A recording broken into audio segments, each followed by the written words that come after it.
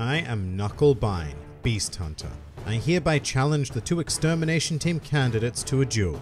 Midnight tonight, sharp. Fight me fair and square. I won't run away or hide. I have no weapons, but I have the courage to face you. Do you?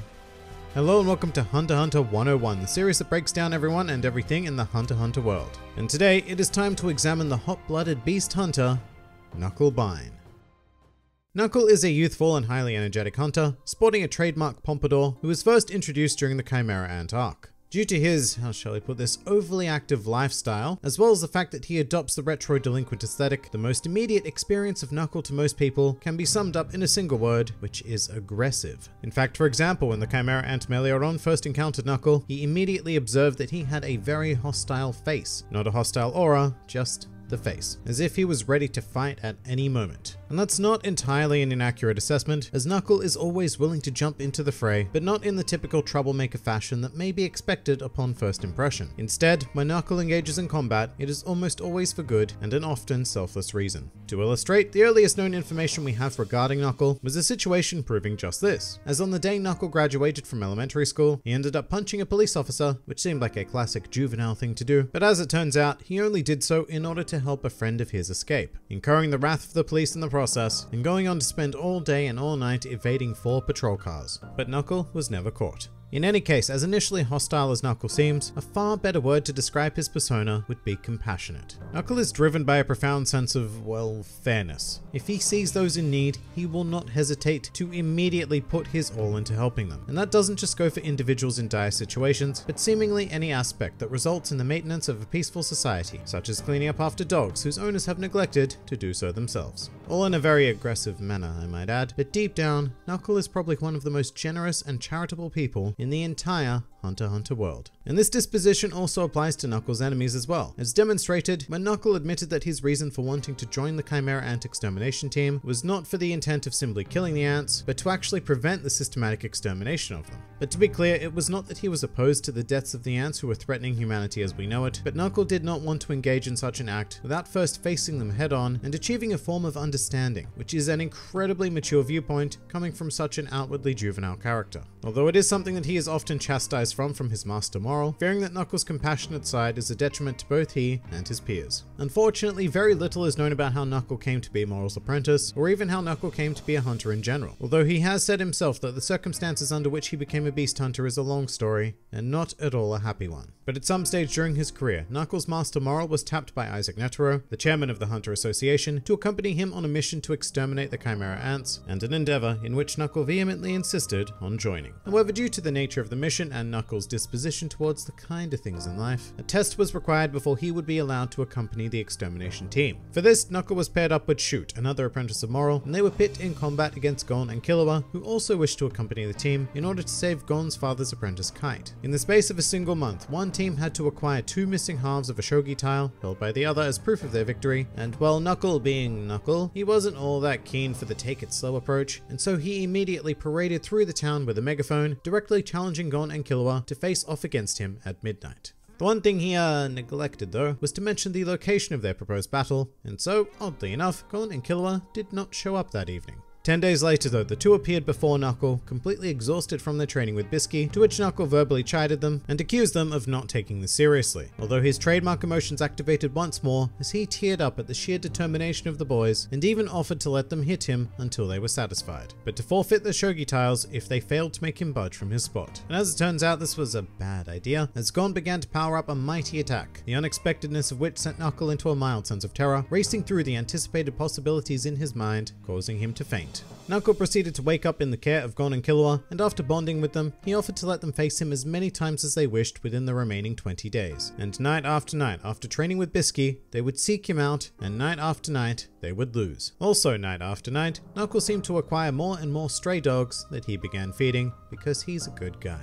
However, it would not be until the final night that Knuckle would showcase his true abilities. In regards to Nen, Knuckle's natural affinity is in the art of omission, and his signature Hatsu is known as Hakaware, and in English has been translated as Bankruptcy Chapter 7, The Heaven Doesn't Know My Suffering. And just bear with me for a bit because this has quite a strong technical explanation to it. With this Hatsu, Knuckle emits an indestructible and extremely adorable mascot known as APR, which stands for Amortizing Power Redirector. APR can then be attached to an opponent immediately after having been dealt a blow by Knuckle, and the aura from said attack is then loaned to the opponent via APR. Now this does result in the opponent gaining an aura boost courtesy of Knuckle, however it does come at a cost as the opponent becomes unable to physically damage Knuckle until the aura is paid back. Towards this end, any attacks dealt against Knuckle go towards repaying the aura debt, but it is no simple task to repay that debt, as every 10 seconds APR says "Chikan desu," meaning it's time, and adds 10% interest to the previous amount required to pay Knuckle back. So with that in mind, things can get out of hand very quickly, and should the aura debt calculated by APR surpass the total amount of aura possessed by an opponent, well,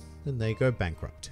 At this stage, APR transforms into IRS, an equally as adorable mascot that inhibits the opponent's Nen and follows them for 30 days, keeping them in a constant state of Zetsu. So it is a potentially devastating Hatsu, although it does come with some immediate drawbacks, the primary one being that Knuckle is also rendered unable to inflict any damage on the opponent, as more hits result in him lending more aura. So it forces a kind of stalemate between equal or lesser opponents who are unable to swiftly pay back the aura loaned. And this may seem quite at odds with Knuckle's style of fighting, which is generally portrayed as something of a brawler. However, this Hatsu actually perfectly suits Knuckles' more peaceful inner lifestyle, taking away the concept of physical damage and turning the contest into a bureaucratic game of aura tennis. And it also does work quite nicely with his previously established ability to outrun most opponents, thus allowing Hakawara to do its thing in isolation. And one of those opponents would be Gon, who was unable to overcome the challenge of Hakawara and would swiftly go bankrupt. As a result, Knuckle and Shoot proceeded to join the extermination team, which would culminate in the nation of East Gortou, where the Chimera and King Meruem had commandeered himself a royal palace. During the invasion of the palace, Knuckles' primary role was to team up with Shoot and Melioron in order to eliminate Youpi, one of the king's royal guards. After striking and equipping APR to Youpi, Knuckle then estimated his aura to be an absurd 700,000 units, which was 10 times more than his master Morel. Now Knuckle had a fairly rough role during this time, as after equipping APR, Knuckles' job was to essentially hang back, hidden by Melioron's God's Accomplice ability, and to allow APR to run its course and eventually send Youpi bankrupt. However, this would lead Shoot to face off against the Royal Guard alone, and while he performed admirably and arguably better than he has in his entire life, he was no match for Youpi, sending Knuckle into tears as he was forced to watch his friend potentially fight to his death.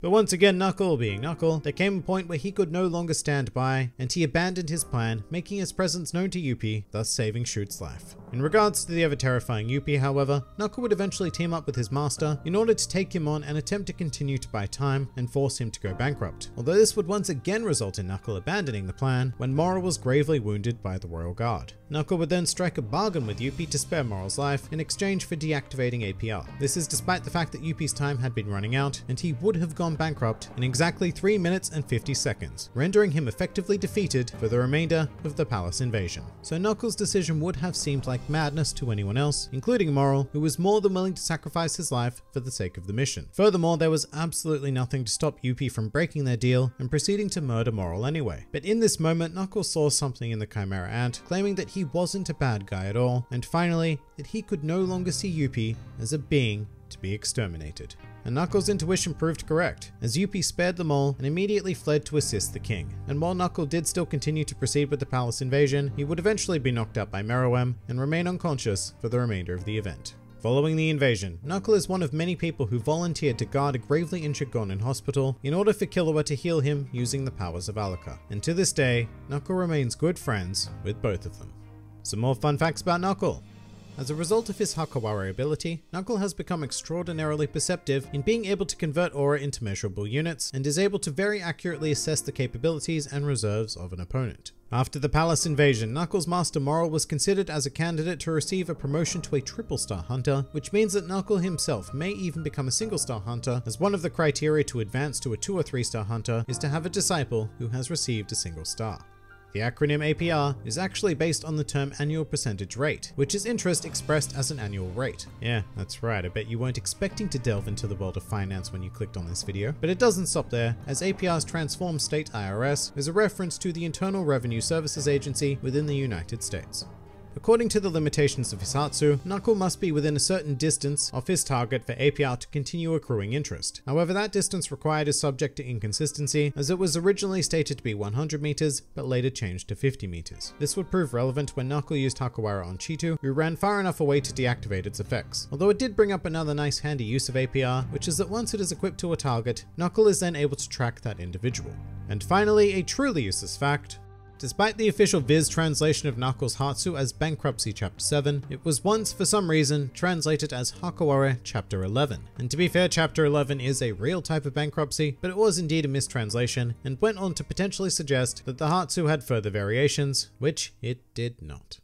But that pretty much does it for Knuckle. If you enjoyed this video and the content this channel produces in general, then please do consider donating to the New World Review Patreon, because the support of all of you amazing people is what continues to make this channel possible. And if Patreon isn't quite your style, then please do leave this video a like, share, or subscribe, because it also helps support the channel an incredible amount. And if you'd like to join the fun at any time, then please do head over to my Discord server, where a wide array of shenaniganry takes place on a daily basis. And finally, please do comment with who, what, or where you'd like to see featured on the next Hunter x Hunter 101.